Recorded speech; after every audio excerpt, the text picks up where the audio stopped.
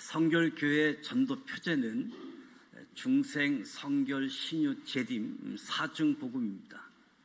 사중복음으로 하나님 나라에 참여하자. 물과 성령으로 거듭나서 하나님 나라에 들어가고 하나님 나라를 보자. 내가 거룩하니 너희도 거룩하라. 말씀으로 거룩하고 기도로 거룩하고 믿음으로 거룩한 성결의 복음, 성결의 은총은 거룩함, 구별됨, 새로워짐의 변화를 누리며 성령 세례, 성결, 죄성을 제거하는 성령의 열매를 맺으면서 성령의 능력을 통해서 하나님의 부르심의 사명 역할을 능력 있게 감당하는 은혜이지요. 다시 오시는 주님을 바라보면서 오늘도 주어진 나의 십자가를 지고 죄의 모양도 버리면서 선한 일을 힘쓰게 하시는 성결의 복음을 강조하게 되어집니다. 구원에 3단계가 있다라고 표현도 하는데 첫 단계는 중생의 단계입니다. 우리가 많든 적든 죄를 지어서 죄인이 되었는데 예수 십자가의 공로로 죄를 사해 주시면서 우리의 자범죄가 사함을 받고 예수님이 생명의 주인으로 우리 속에 찾아오시는 것을 이야기합니다. 성령으로 아니하고는 누구든지 예수를 주시라 할 수 없느니라. 성령의 역사 가운데 중생 거듭남의 은혜가 주어지는 거지요. 두 번째는 성결의 단계인데 우리 속에 있는 원죄, 죄성이 우리 속에 들어오시는 성령께서 우리의 마음을 완전히 점령하고 지배하시는 것, 이것을 성결로 표현하면서 성령 세례를 받았다라고 이야기합니다. 성령의 역사로 중생, 그리고 중생 이후 성령 세례로 성결의 은혜를 받게 되어지는 겁니다. 특별히 성결교회는 성결, 그리스도인의 완전함을 강조하게 되어지지요. 여러분이 이 성령에 대한 이야기를 듣다 보면 똑같은 내용도 용어를 달리 사용하기 때문에 혼돈이 있게 되어집니다. 개혁주의 신앙을 추구하고 있는 장로교단은 이 중생의 역사, 이 거듭남의 역사를 성령 세례로 이해하고 그렇게 가르치게 되어지는 거지요. 성령 세례로 우리가 중생했다, 거듭났다. 성령 세례 결과를 중생으로 표현하게 되어지는데 중생 이후 성령의 전적인 지배받는 삶을 성령 충만이라고 설명을 하지요. 그래서 일반적으로 많이 접하는 말씀은 성령 세례, 성령 충만을 이야기합니다. 성령 충만을 받으라. 성령의 지배함을 받으라. 이 성령의 지배, 마치 술 취함과 비교해서 설명을 하게 되어지는데 술 취한다라고 하는 것은 이성을 잃어버리게 되어지고 방탕하게 되어지지만 성령의 지배를 받게 되어지면 이성을 잃는 것이 아니라 이성을 가지고 방탕한 삶을 살지 않고 성령의 지배 속에 성령의 열매 맺는 삶, 성령의 능력으로 살아가도록 하는 거지요. 세 번째 단계는 예수님께서 다시 오실 때, 재림하실 때 죽을 수밖에 없는 육신이 죽지 않는 육신으로, 병들지 않는 육신으로, 완전한 육신으로 성화의 과정을 거쳐서 영화로 변화되는 것을 통해서 구원이 완성되어진다. 중생으로 말미암아 구원을 얻고 성령 세례, 성결로 말미암아 그리스도인의 완전 구원이 확고하게 되어지면서 주님 다시 오심으로 우리의 구원이 완성하게 되어집니다. 중생은 구원의 시작이고 성결은 구원을 든든하게 세워주는 것이지요. 재림은 우리의 구원을 완성시켜 주는 겁니다. 성결과 성령 세례, 손바닥의 앞뒤와 같은 것으로 성결은 적극적인 면, 성령 세례는 소극적인 면을 이야기합니다. 성령을 받으라는 말씀, 성령 충만을 받으라는 말씀은 더욱 강조되어야 되는 말씀이지요. 성령 받으라는 말씀에 등한히 해서는 안 되는 중요한 면이 성결, 성령 세례의 은총에 있습니다. 성령 세례, 성결, 이것이 여러 교단들 중에서 성결교회 강조점이고 성결교회 전통이라고 이야기할 수 있습니다. 하나님에 대해서는 많이 알고 있지만 성령에 대해서, 성령 사역에 대해서 소홀한 면이 많이 있는 거지요. 그렇다면 성결은 무엇인가? 성결, 중생 이후 2차 은혜라고 이야기할 수 있는데, 성령 세례를 받게 되어지면 죄성이 제거되어지고 삶의 열매, 성령의 열매가 나타나는 것, 이것을 성결이다라고 이야기합니다. 성령 세례를 통해서 성결과 능력을 강조하게 되어지죠. 성결의 아주 본질적인 내용은 사랑입니다. 사랑, 그리스도의 완전 사랑. 마태복음 3장 16절에 보면 예수님께서 세례 받으실 때에 하늘로부터 음성이 들려옵니다. 내 사랑하는 아들이요 기뻐하는 자라. 비둘기 같은 성령이 내려오시고 하나님의 음성이 들려오고 하나님의 아들 예수 그리스도가 세례를 받게 되어지는 거지요. 삼위일체 하나님, 성부 하나님, 성자 예수님, 성령 하나님이 동시에 한 자리에 모여 있는 모습이지요. 태양은 뜨거운 태양이 있고 밝은 태양이 있고 보이는 태양이 있습니다. 태양은 하나이지만 역할이 세 가지이지요. 그렇다고 태양이 세 개라고 하지는 않습니다. 마찬가지로 우리 하나님도 세 가지 역할의 면이 있는데, 하나님 아버지는 계획하시고 지휘하시고 통치하시고, 아들 예수 그리스도는 대가를 지불하는 역할을 하시고, 성령님은 현장에서 집행하고 지도하는 역할을 한다. 하나님을 우리 인간의 지혜로 설명하는데 한계가 있지만, 그래서 아주 신비스러운 하나님을 삼위의 하나님이라고 설명하고 있는 거지요. 삼위의 하나님을 그 어떤 것을 예를 들어서 설명해도 완벽하게 설명할 수 없는 그런 아주 독특하게 세 분이시면서 한 분으로 역사하시는 삼위의 하나님을 보게 되어집니다. 성령님께서는 이 세상에서 거룩한 영으로 더럽고 추악한 세상을 향해서 세상을 바라보면서 말할 수 없는 탄식으로 안타까워하시면서 믿는 자녀들을 도와주시고 능력을 행하게 하시는 거지요. 지금도 성령 하나님은 역사하고 계십니다. 성령의 역사로 거듭남 중생 구원, 그리고 구원 이후 2차의 은혜, 성령 세례로 주어지는 성결.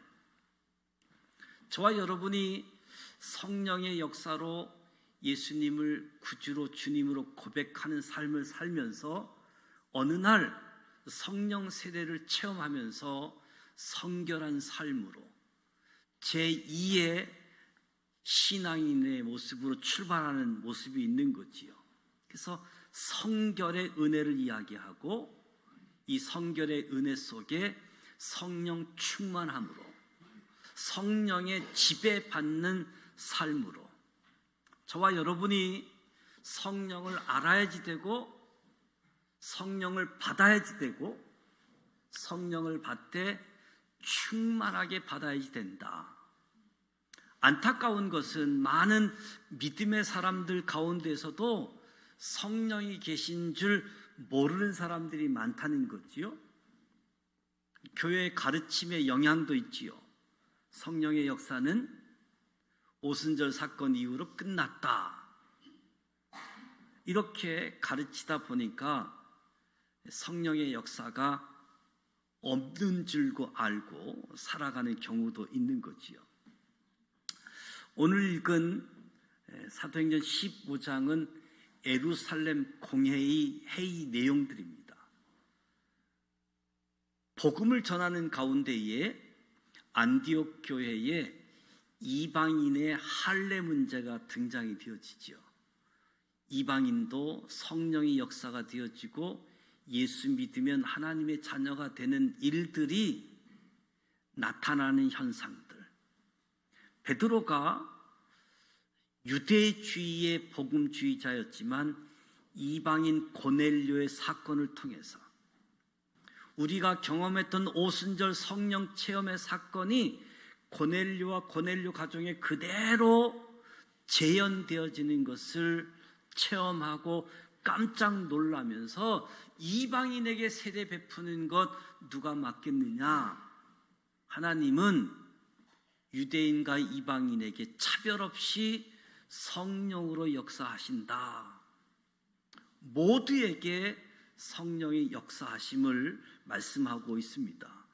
요한복음 14장에는 성령님께서 우리 마음속에 와 계신다 말씀합니다. 하나님 아버지는 하늘 위에 계시고 예수님은 가까이 이 땅에 오셨지만 우리 옆에까지만 오셨고 성령님께서는 우리 속까지, 우리 마음 안에까지 들어와서 계신다. 베드로전서 3장에 너희 마음에 그리스도를 주로 삼아, 우리 마음속에 예수 그리스도를 주로 삼아 거룩하게 하라는 말씀. 성령의 역사로 그리스도를 주라고 고백할 수 있다는 거지요. 고린도후서 4장 7절에 보면 지극히 큰 보배를 질그릇 속에 가졌다. 큰 보배가 질그릇 속에 있다. 이 말씀하실 때 보배는 예수님을 이야기하고 성령님을 이야기합니다. 그리고 질그릇은 저와 여러분을 이야기하는, 질그릇은 우리를 믿는 우리를 이야기하는 거지요. 부족하고 부잘것 없는 질그릇 속에 귀한 보배, 예수님이, 성령님이 담겨 있다라는 말씀이지요. 성령 하나님께서 질그릇 속에 있을 때 이 질그릇은 엄청난 능력을 행하는 하나님의 도구가 되어지는 거지요. 하나님이 내 안에 들어와 계신다 생각만 해도 기쁘고 가슴이 벅차오르는 대단한 은혜이고 하나님의 역사입니다. 성령으로 말미암아 저와 여러분이 기쁨으로 능력의 삶으로 살아가게 되어집니다. 성령의 역사를 네 가지 역사로 살펴볼 수 있는데, 첫째는 성령의 역사로 감동이 주어집니다. 성령의 역사로 거듭남 중생이 일어나게 되어집니다. 성령의 역사로 성령의 세례 사건이 나타납니다. 성령의 역사로 은사가 주어지게 되어집니다. 성령의 감동은 일시적인 거지요. 구원과 직접적인 관계는 없습니다. 일시적인 작용. 성령의 감동은 믿는 사람이나 믿지 않는 사람에게도 동일하게 작용되고 있는 거지요. 그래서 성령의 감동은 신자와 비신자를 막론하고 하나님의 필요에 의해서 그때그때 필요를 따라 역사하시는 하나님의 능력이 성령의 감동이지요. 저와 여러분이 그때그때마다 성령의 감동, 역사를 경험하게 되어지는 거지요. 성령으로 거듭나는 역사가 있습니다. 거듭나게 하는 역사가 성령의 역사이고 우리의 구원과 직접적인 관계가 있는 성령의 역사, 거듭남의 역사입니다. 그런가 하면 내 안에 이미 와 계신 성령님께서 나의 일부가 아니라 내 마음 전체를 완전히 점령하신 상태, 내 마음을 완전히 지배하는 상태, 성령께서 모든 면에 있어서 충만하게 하시는 상태, 그 사건을 성령 세례를 받았다, 성결의 은총을 받았다라고 하는 거지요. 죄성이 제거되어지고 그리스도의 완전을 강조하면서 성화, 주님을 닮아가도록 하는 은혜. 그런가 하면 성령의 역사로 성령의 은사가 주어집니다. 성령의 은사는 기능적인 면과 관련이 있습니다. 그 사람이 감당하는 직임과 관계되어져 있는 거지요. 성령의 은사는 직임을 행하기 위해서, 하나님의 일을 행하기 위해서, 하나님의 일을 돕게 하기 위해서 주시는 성령의 역사하심이 은사로 주어지게 되어지는 겁니다. 은사를 받았다라고 해서 구원을 받았다라고 말할 수는 없습니다. 성령의 은사는 구원을 위해서 주는 것이 아니라 사역을 위해서 주시는 것이기 때문에 하나님의 사역을 감당하도록 성령께서 역사하셔서 은사를 오늘도 베풀어 주시는 거지요. 그러니까 성령의 은사는 중생을 위해서 나타나는 것은 아니다. 성령 세례, 성결. 많은 교회들이 예수님을 구주로 주님을 고백할 때를 성령 세례로 표현을 하고 이후의 삶을 성령 세례라고 이야기하는데, 우리 성결교회는 성령의 역사로 거듭남의 은혜, 중생의 사건이 있은 이후 두 번째 은총으로 성령 세례, 성결을 받게 되어지고 죄성을 제거하면서 그리스도인의 완전 성결함으로 성화의 단계로 나아가는 이 성령 세례, 성결의 은혜를 강조하게 되어지는데, 이러한 성령의 역사, 성령의 세례를 받으려고 한다면 먼저 예수 그리스도를 구주로 주님으로 받아들이는 거지요. 회개하라, 믿으라. 그리스도를 구주로 주님으로 받아들이는 사건, 회개, 생각을 고치는 겁니다. 마음을 바꾸는 것이지요. 하나님에 대해서, 예수님에 대해서, 죄에 대해서 생각을 바꾸고 마음을 바꾸는 뜻이 담겨져 있는 것이 회개인데,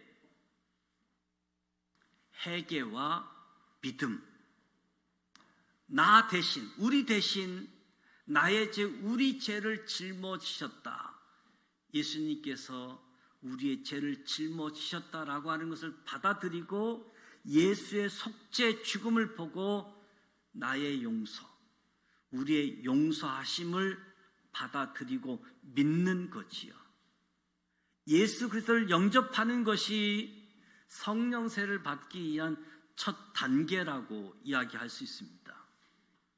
죄를 버리라. 죄에 대해서 우리의 마음을 바꾸는 겁니다. 성령은 거룩한 영이시기에 성령과 죄를 동시에 받아들이는 것은 불가능한 거지요. 죄를 버리라. 하나님이시여 내 마음을 살피소서.